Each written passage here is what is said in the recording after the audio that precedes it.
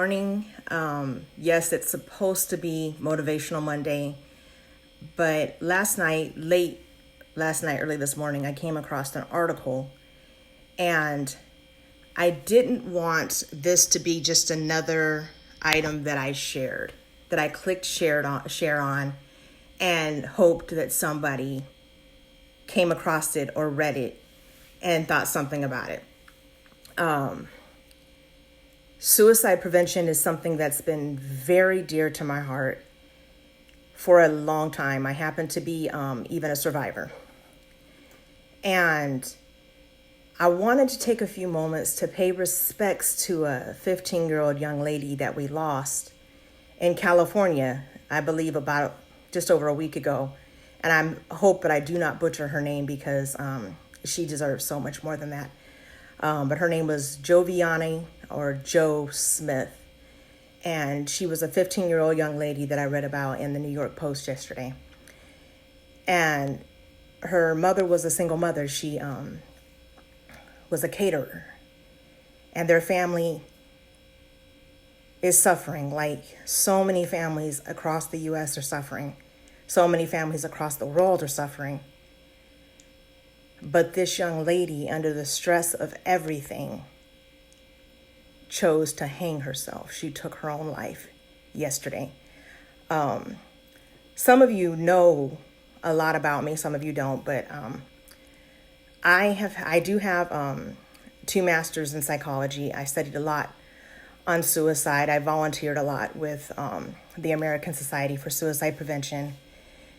And the numbers are staggering.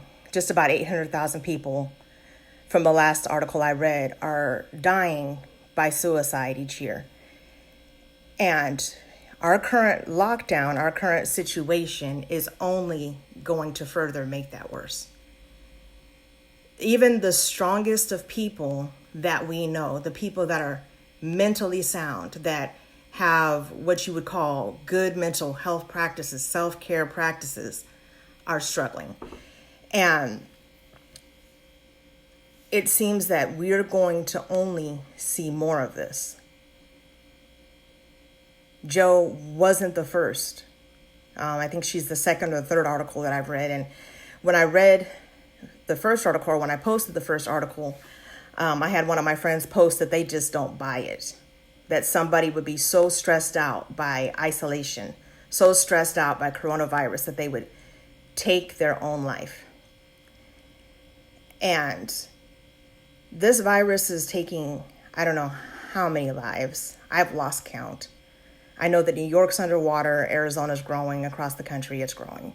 And I know that pretty much everybody that I know is practicing social distancing, quarantining in their home, staying home. And as adults, it's hard enough for us to deal with. Mentally well adults, it's hard enough to deal with. But you still have those people that suffer from PTSD, that suffer from trauma, that suffer from anxiety, that suffer from depression. And their availability of resources is limited right now. And when you have parents that are struggling, it is so hard to parent appropriately and help your children. It doesn't make you a bad parent, but, parents across the world right now are trying to cope with this themselves. Mentally shutting down, struggling, really going through the motions, trying to figure out how they're going to provide for their kids. People have lost everything. People have lost jobs. People have lost their freedoms, their friendships, anything that they had to turn to. And adults are having trouble with this. I'm on lives all the time, mostly on Instagram, and I'm listening to people talk about the struggles, the grown people talking about the struggles, how hard it is, being stuck in the house, not knowing what to do, not being able to do any of the things that you used to do. And then I look at our kids and I realize that our kids have lost everything they had as a childhood. Going to school, seeing their friends, playing softball, singing in the choir, doing dance. They lost every activity, every sport, everything that they were doing. The adults, yes, we lost jobs. We lost hanging out. We lost going to see friends, maybe going to a club, going to a movie, going to a show. But our kids lost everything. I know here in my house, my girls lost their dance classes. Kavya is no longer in company. She can't do that. She's had no real connection with her friends. She's had no Zoom with any of her classmates to assist her in learning. I know that none of our kids are able to play sports, and we all had some very active kids. And all of that for them is gone. And for this young lady in California, Jo Smith, at 15, the stress, the fear, the anxiety of this COVID-19 situation, of this social isolation, this social distancing, this quarantining that we're doing, this young lady saw fit that the only way was to end her own life. A friend of mine posted the other day on Facebook, she did a post and she said, how many of y'all are sitting here wondering if you were just better off dead? What if we just died? Would it be better if we were just dead?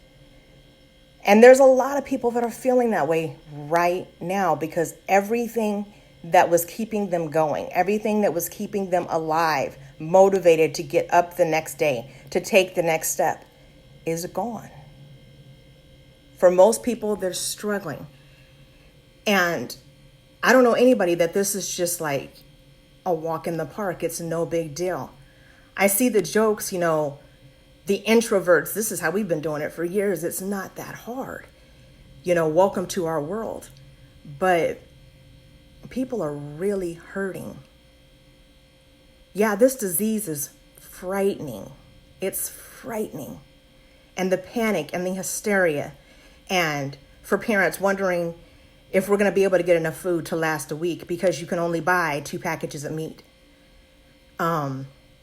Wondering if you're going to have toilet paper, if you're going to have basic necessities in your house that up until a month ago, we all took for granted because we could just go run to the store. We could run to Target. We could do these things every day. And now every time you run to the store, you have to come home and sit for 14 days and hope that you didn't come in contact with somebody that was infected. And so I know that anybody that's watching this has felt it in some way or another. And not a single person hearing this is going to feel it the same way. I know that some people that are watching this today are the picture of mental health. They're the strong ones. They do just fine. They navigate everything with ease. Change comes easy. But I also know there are countless, thousands of people, hundreds of thousands of people across the world suffering from anxiety, PTSD, depression, just trauma. We've seen in Arizona, and I'm sure it's happening everywhere else, a spike in domestic violence. People are stuck home with their abusers and fighting to figure out a way out of their current situation. There are people right now that are filled with self-hatred, with self-loathing, and they are stuck in the house with somebody they hate because they hate themselves. So stay strong out there. Check on all your people. Text them, call them, something, please. Don't assume. I'm not going to tell anybody how to parent because God knows I am not the perfect parent. But take a minute and talk to your babies. Ask them how they're doing. Ask them how they're doing about getting in contact with their friends, losing their sports, their activities, wondering about graduation.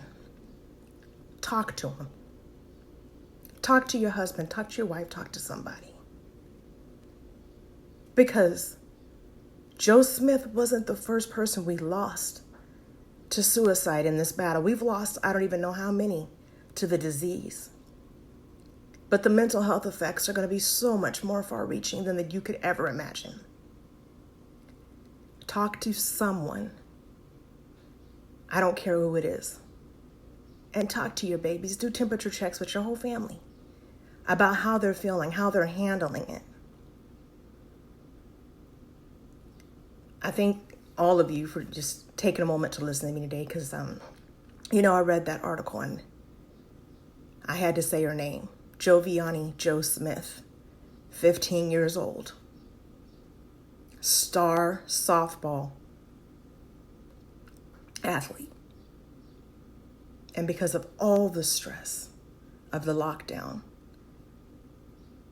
all the stress of the isolation from everything she cares about, everything she loves outside of her mom, who was doing a catering business that obviously right now is struggling, a single mother, is gone. Whatever light she brought to the world, I didn't know her, but she's gone. And we have to stick together.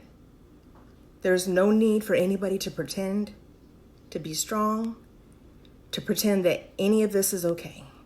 Because none of this is okay. None of this is normal. None of us have to have the answers to navigate this because God knows nobody does. We have a president in the White House that doesn't have a clue how to navigate this. We don't really have leaders to look to for advice because nobody knows how to navigate this. Our elders that lived through the Great Depression, most of them are gone. We don't have anybody to turn to. Every last one of us here, unless you've been able to work from home, which is a struggle in and of itself, especially if you're trying to educate your children from home. People have lost everything. I'm educating one child through Zooms here at my house. Another child is getting no formal instruction from her schools. She's getting websites that are thrown at her with assignments for her to figure out a way to teach herself and then graduate next year and supposedly be prepared for college. Imagine the pressure she's under. She's not in dance company anymore. She can't do that. She's not in National Honor Society anymore. She can't do that. And her school district threw laptops at her and websites and assignments and told her to teach herself in hopes of graduating on time next year. So this is me just spending some time saying, I love all of you. And if you don't have somebody to talk to, call me. 480-442-2888 is my business phone number. Call me. 480-442-2888. Call or text me. If you don't have anybody else to call or text and say, you know what, this shit is just not okay. Because no matter what you say, no matter how you frame it, no matter how much you think you're getting a stimulus in this matter, none of this is okay. And you don't have to be okay. And your kids aren't necessarily going to automatically be okay. Some of them, their biggest worry is not being able to hang out at lunch. Others are scared to death of people right now because what they hear, what they see on social media, that's telling them that anybody they come into contact with is going to risk them dying and losing their lives. They're afraid of people. Our kids have social media. They're reading about the fights. They're reading about the hysteria. They're reading about people losing their minds behind toilet paper and Lysol. And they're afraid of humanity right now. So don't try to battle it on your own. Call somebody.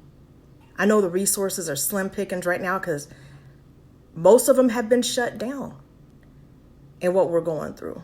But don't try to do it alone.